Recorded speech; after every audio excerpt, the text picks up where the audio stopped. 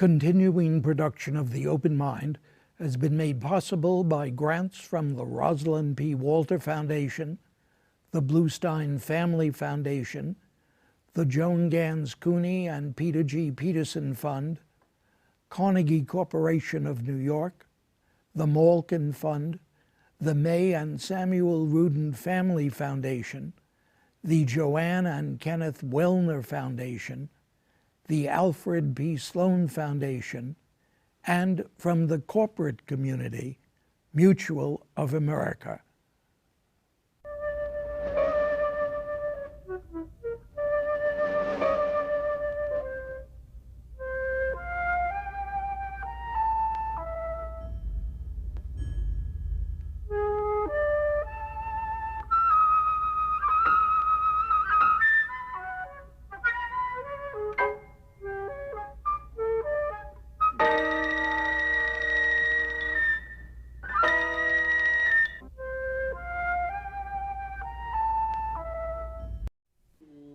I'm Richard Heffner, your host on The Open Mind, and my guest today is journalist Lynn Povich, whose 2012 public affairs book, The Good Girl's Revolt, is one of the best written and most attractive examples of what I think of as contemporary history that I've had the pleasure of reading in years.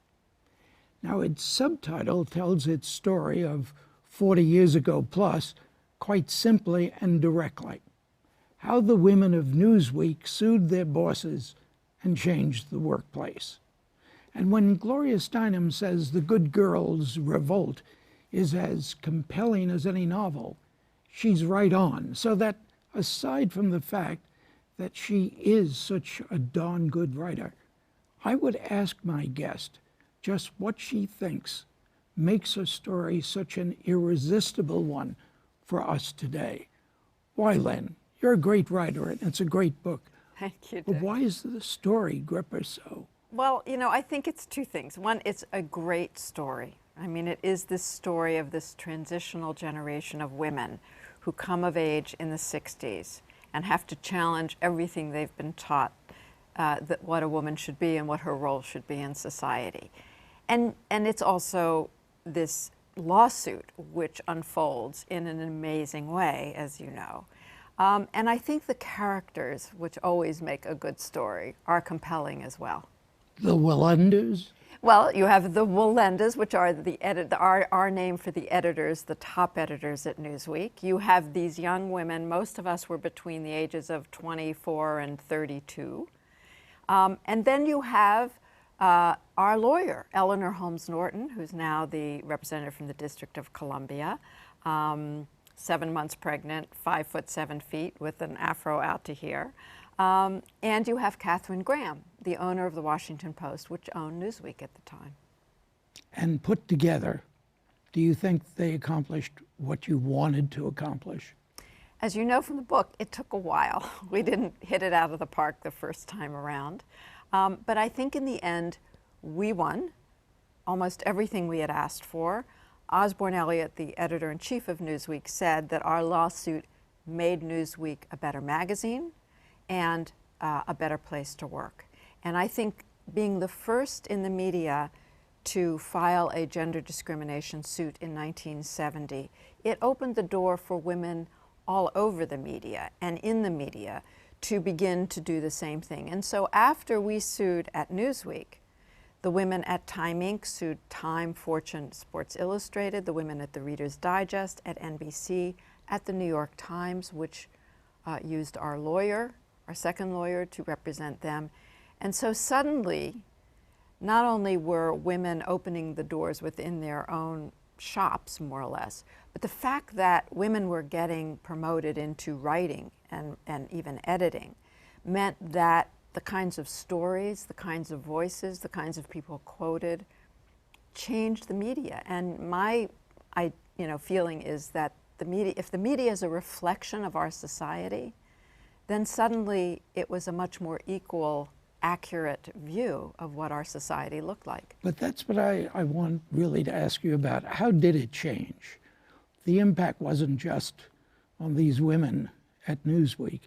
You're saying it had to do with something much more extensive, much more important. Well, as you know, we were lucky enough to have a women's movement behind us and supporting us. And that was just becoming news as our consciousnesses were being raised and realizing that this affected us personally. Women were hired only as researchers at Newsweek and rarely promoted beyond that. Men were hired, men with equal qualifications or even less were hired as writers or reporters. So, but we were supported by a very exciting, energetic, and moral women's movement. And I think that the times from the civil rights movement, the anti-war movement, and then the women's movement, you know, began to question all these things in society. And because the media is the media and has a voice, suddenly it began covering the women's movement. As we were changing the media inside, it began to cover the movement on the outside. And I think the coverage of the women's movement, when women and men began reading about all the things that were going on, not only professionally but personally, consciousness-raising groups, women questioning things, it began to sort of feed into the questioning era that all those social movements were part of.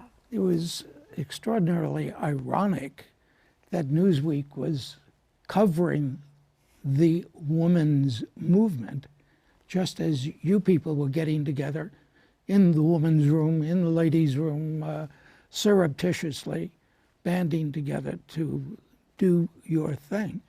How do you explain that? You were talking about good guys. Oz Elliott was certainly a good guy. The editors of Newsweek were very progressive. They spoke out on civil rights. They were way ahead of time in many other publications. They were against the war earlier than many publications. They were progressive, liberal men.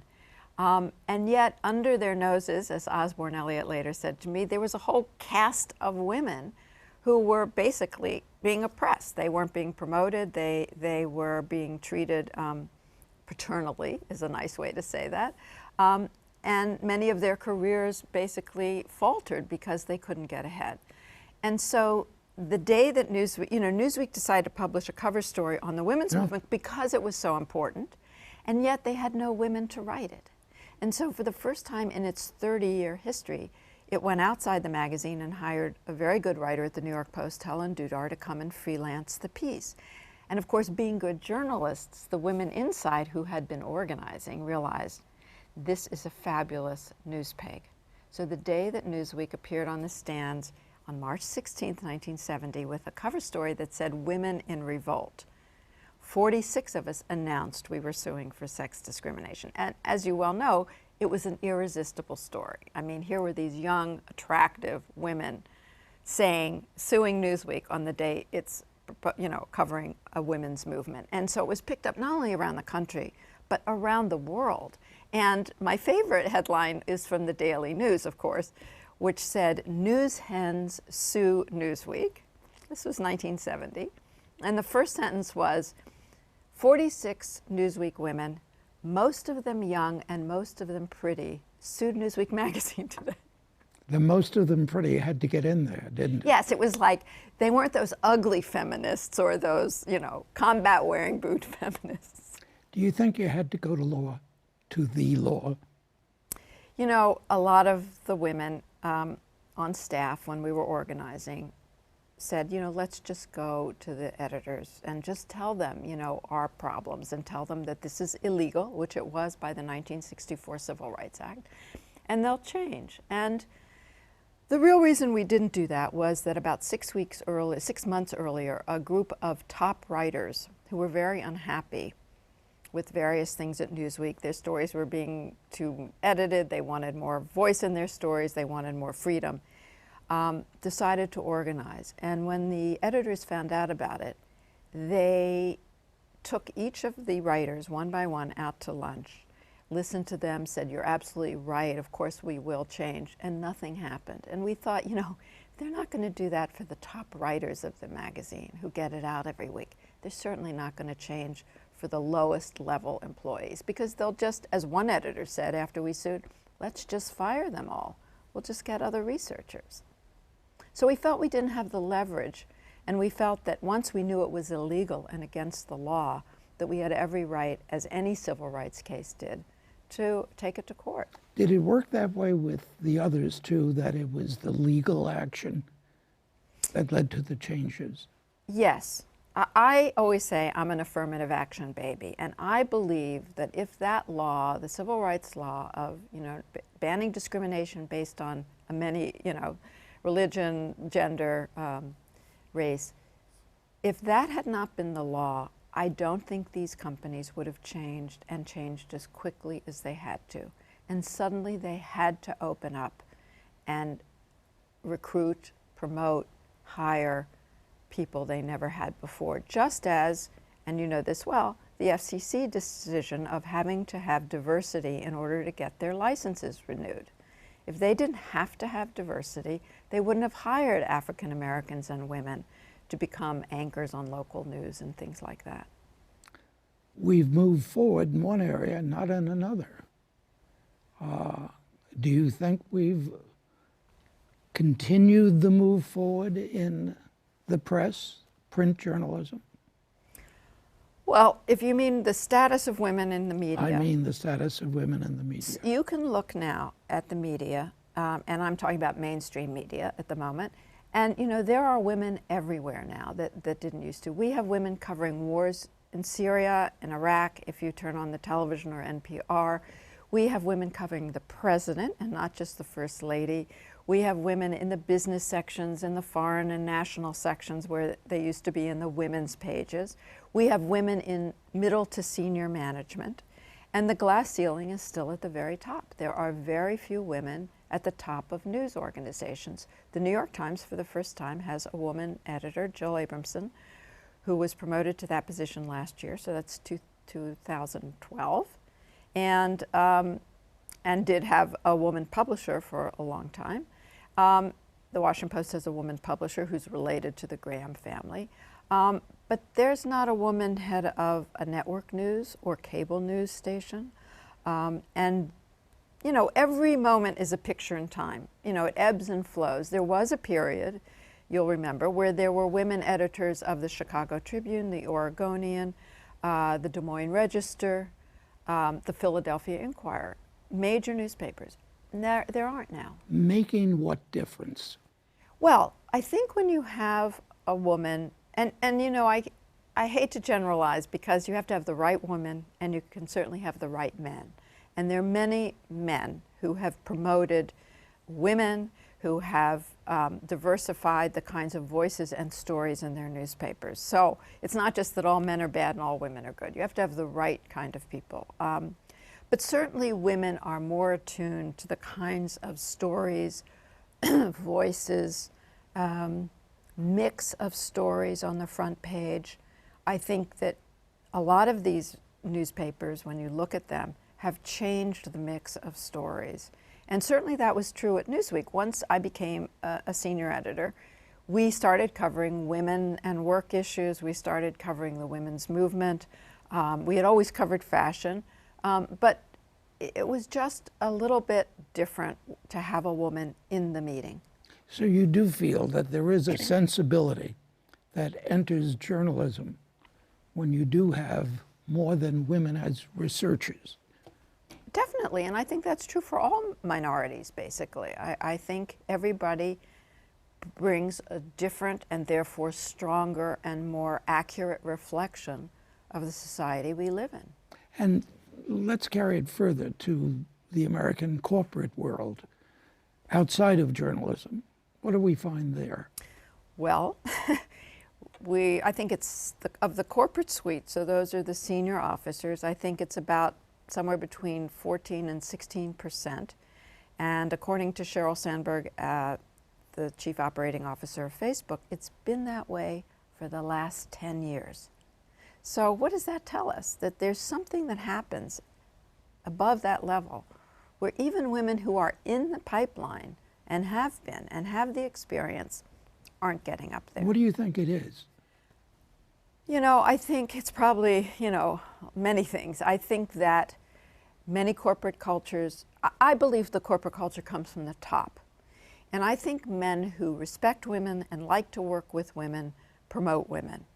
I think men who like to hang out with men, feel more comfortable with men, talk to men, that's their sources of information, their records are not as good in terms of getting more diverse people into their management.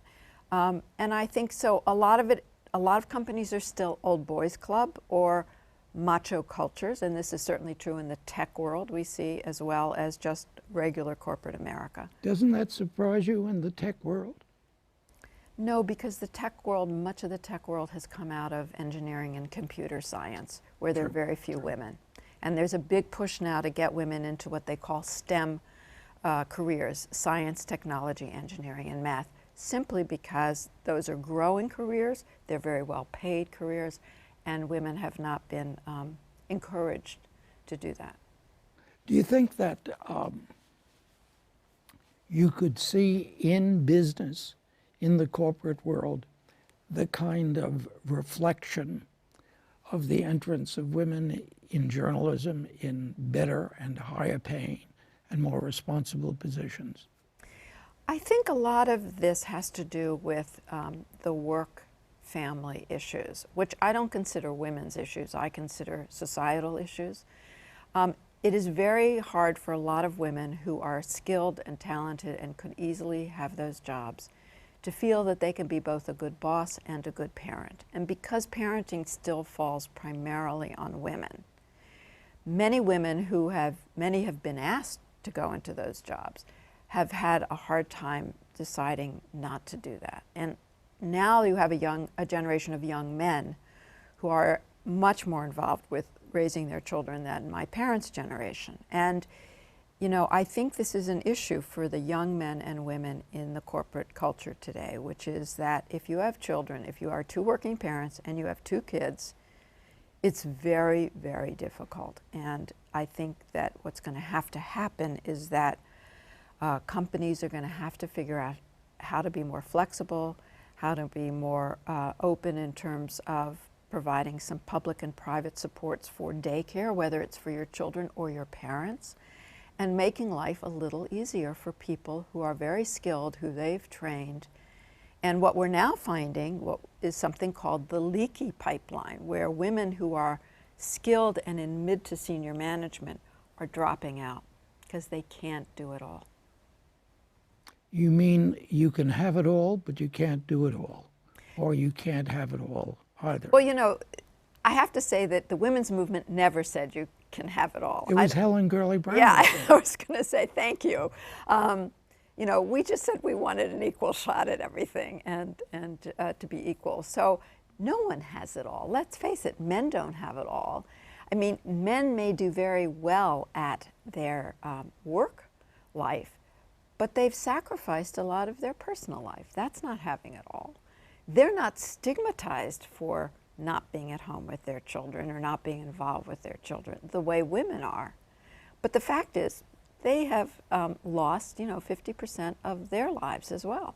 But what about the leak with women that you refer to?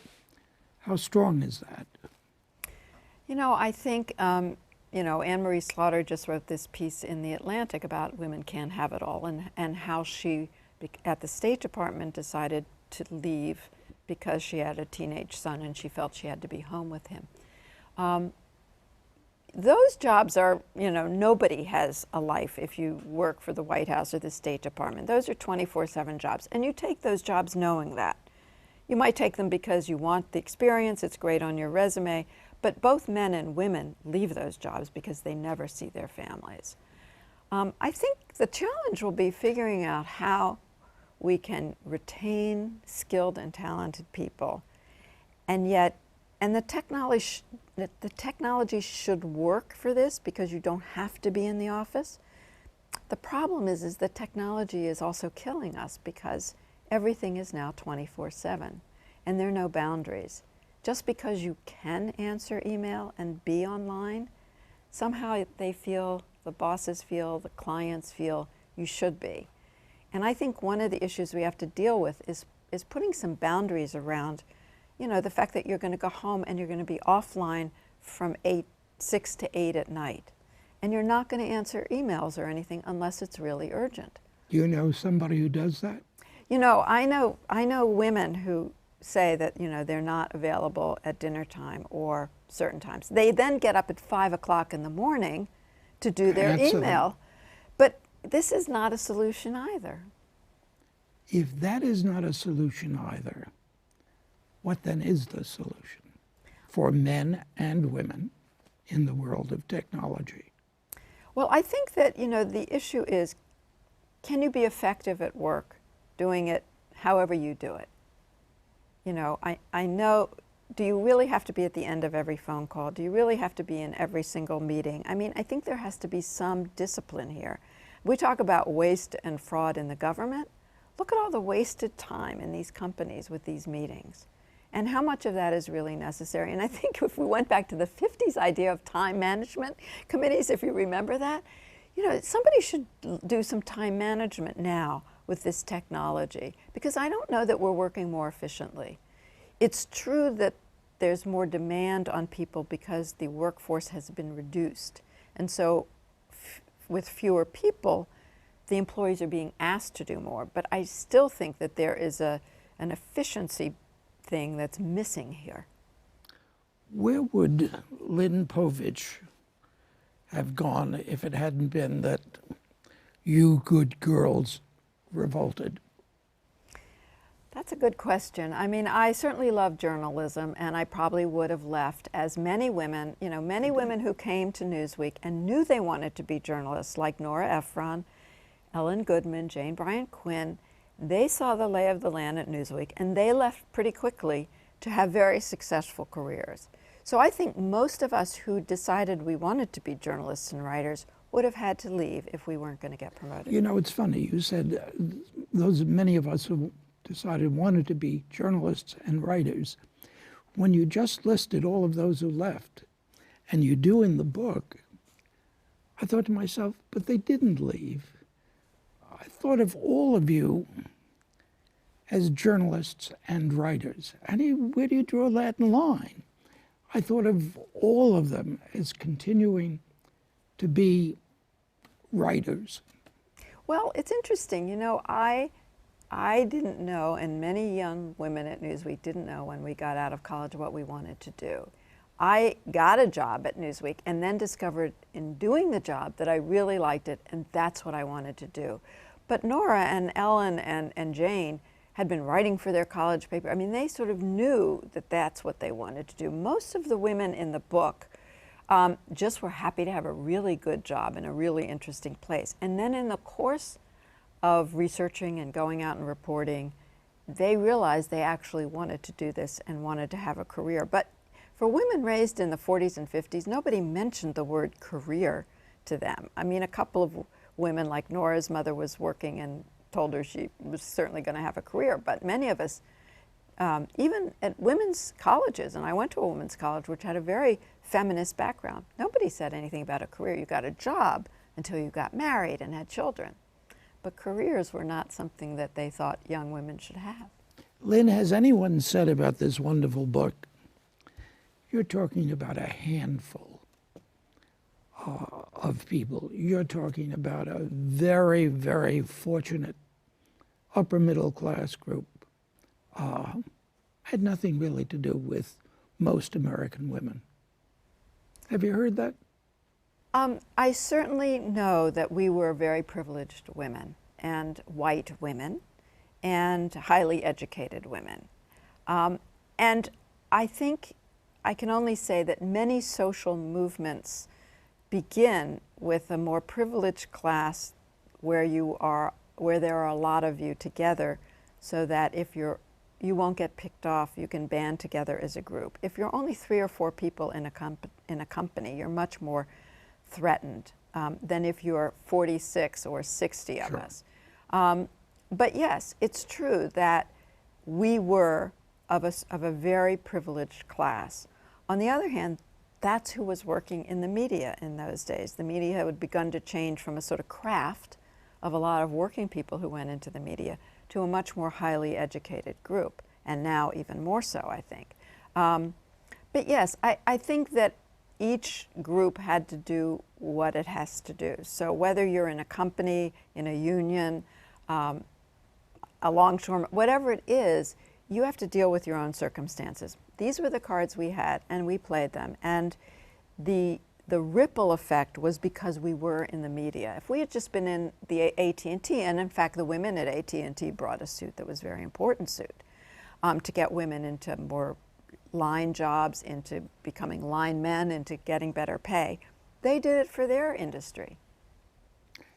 If you were to, we just have 2 minutes left, if you were to take journalism's condition today, moving from print to God knows where, what would you say has been the impact upon women, men in this field? Well, I think the original beginnings of online journalism, which was the internet and sort of big hubs like MSNBC and AOL and things like that, it was still, there were certainly some women involved, but it was still sort of male dominated. I think what's happening now is that two things. One is that social media, I believe, is a much more conducive media for what women like to do. We're networked, we have large networks, we like the social aspect of media, and I think women will do better in social media than they did in just traditional online stuff. But now you have a lot of women who are also commentators online. I mean, most of the online publications have very, very good women writing for them. So it's opened up in a way probably faster than certainly print and television. Do you think largely because it is commentary? I think so. I mean, I think that although, you know, there should be more in the print media, more commentary, but certainly online, I think women have a good writer. It's easier to do it. You have many more voices. You have a lot more space. Lynn Povich, The Good Girls Revolt is a wonderful book. Thank you for writing it, and thank you for joining me today. Thank you, Dick. And thanks too to you in the audience. I hope you join us again next time. Meanwhile, as another old friend used to say, good night and good luck. And do visit the Open Mind website at 13.org/openmind to reprise this program online right now, or to draw upon our archive of 1,500 or so other Open Mind and related programs. That's 13.org/openmind.